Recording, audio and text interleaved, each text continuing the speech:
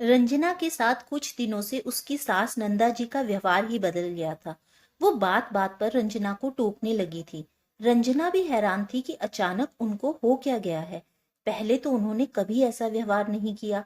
अब तो 5 साल हो गए रंजना को इस घर की बहू बने। सबसे ज्यादा उसे सास का ही सहयोग मिला। रंजना की उमंग से लव मैरिज हुई थी। रंजना के घर वाले इस शादी के खिलाफ थे, पर उमंग के घर वालों ने रंजना को बड़े ही प्यार से अपनाया। वो दोनों एक ही कंपनी में काम करते थे। वहीं दोनों की मुलाकात हुई, जो धीरे धीरे प्यार में बदल गई।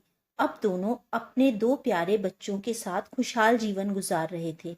शादी से पहले उसने कभी रसोई की तरफ रुख भी नहीं किया था। उसे चाय तक बनाना नहीं आता था।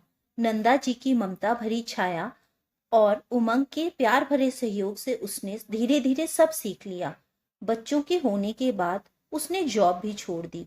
घर में मेड थी, काफी कुछ काम वही करती थी। बच्चों को पढ़ाना, बाजार से जरूरी सामान लाना, ये सब काम रंजना संभाल लेती। नंदा जी भी कुछ ना कुछ काम करती ही रहती। अब तक सब कुछ बढ़िया चल रहा था। किसी को किसी से कोई शिकायत नहीं थी। पर कुछ दिनों से नंदा जी का व्यवहार बदल गया था। उन्हें रंजना में कमियां नजर आने लगी थी। जब से वो अपने भतीजे की शादी अटेंड करके वापस लौटी थी, नंदा जी अपनी भाभी की बड़ी बहू स्नेह से बहुत प्रभावित हुई। हर समय माँ जी कहकर सेवा में लगी रहती थी। सुबह जल्दी उठकर नहाकर पूजा पाठ कर खाना भी बहुत स्वादिष्ट बनाती और सोने से पहले रोज वो अपनी सास के पैरों में मालिश करती। नंदा जी को लगा आज के दौर में भी ऐसी बहुएं होती हैं। पहली बार उन्हें रंजना में कमियां नजर आने लगी। उन्हें लगा अगर उनका बेटा रंजना से प्यार ना करता तो शायद स्नेह जैसी बहू उन्हें भी मिल सकती थी। वो कितनी सुंदर और सुशील है, सास की कितनी सेवा करती है। नंदा जी का मन अपनी भाभी से ईर्ष्या से भर गया। उनका इसी बात का गुस्सा जब तब रंजना पर उतरने लगा। एक दिन नंदा जी की दीदी जीजा जी मिलने आ रहे थे। वो रंजना से बात कर रही थी तो उनकी नजर उसके कपड़ों पर पड़ी। वो जीन्स टॉप पहनकर बैठी थी। बहू वाला कोई श्रृंगार नहीं था। नंदा जी की आंखों के सामने साड़ी में सजी धजी स्नेह की छवि तैर आई। उनका मन फिर खिन्न हो गया। सुनो रंजना, आज साड़ी पहन लेना। रंजना ने कहा, मम्मी जी मुझसे साड़ी वाड़ी में काम नहीं होता, आपको तो पता ही है। काम करूंगी या साड़ी संभालूंगी, कहकर रंजना हंस पड़ी। लेकिन नंदा जी को उसका यूं कहना बिल्कुल अच्छा नहीं लगा। रंजना का ऐसा ही स्वभाव था, बात बात पर हंसते रहना और जो भी दिल में है वो कह देना। पहले तो नंदा जी को रंजना की ये बात बहुत पसंद थी, पर आज उन्हें ये बदतमीजी लग रही थी। नंदा जी की बेटी तानिया भी कुछ दिनों के लिए उनके घर आई थी। रंजना ने स्वादिष्ट खाने के साथ और अच्छे से उनकी आवभगत की, पर नंदा जी उससे कुछ नाराज सी थी, जिसे तानिया ने भांप लिया। वो ये देखकर हैरान थी, क्योंकि पिछले इतने सालों में कभी ऐसा नहीं हुआ था। जब सब वहां से चले गए तो दोनों माँ बेटी बातें करने लगी। नंदा जी ने अपने दिल की बात बेटी को बता दी। अपनी माँ का ये रूप देखकर तानिया अवाक रह गई। उसे समझ ही नहीं आ रहा था कि क्या करे।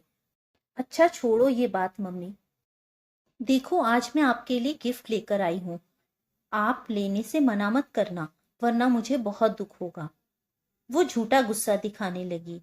नंदा जी ने जवाब दिया, मैं क्यों मना करूंगी, वैसे भी तू मेरी पसंद को अच्छे से जानती है।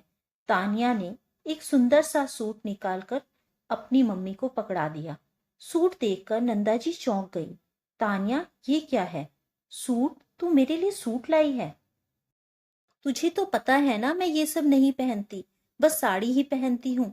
मैं जानती हूँ मम्मी तुम नहीं पहनती, पर जब मैंने अपनी फ्रेंड की मम्मी को ऐसे सूट में देखा, तब से मेरा भी मन कर रहा है आप भी सूट पहनो। कितनी सुंदर और यंग लगोगी। कल ही मैं आपका न्यू हेयर कट करवा दूंगी। पर तानिया, परवर कुछ नहीं मम्मी, क्या आप मेरी खुशी के लिए इतना भी नहीं कर सकती? मेरी फ्रेंड्स को भी तो पता चले मेरी मम्मी कितनी स्मार्ट है। तानिया जिद करने लगी। मम्मी, क्या आपको ये पसंद नहीं आया? पसंद है बेटा, पर मैं सूट नहीं पहनती। वो भी इतना फैशनेबल सूट, तो वो पहन ही नहीं सकती। लेकिन तानिया जिद करने लगी। नंदा जी को आखिर गुस्सा आ गया। मम्मी, क्या आप मुझसे प्यार नहीं करती? क्या मेरे लिए इतना भी नहीं कर सकती?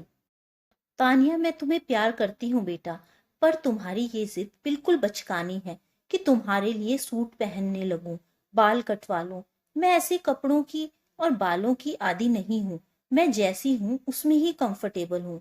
अच्छा तो मम्मी, फिर आप भाभी से कैसे उम्मीद करती हो कि वो स्नेह भाभी जैसी बहू बने?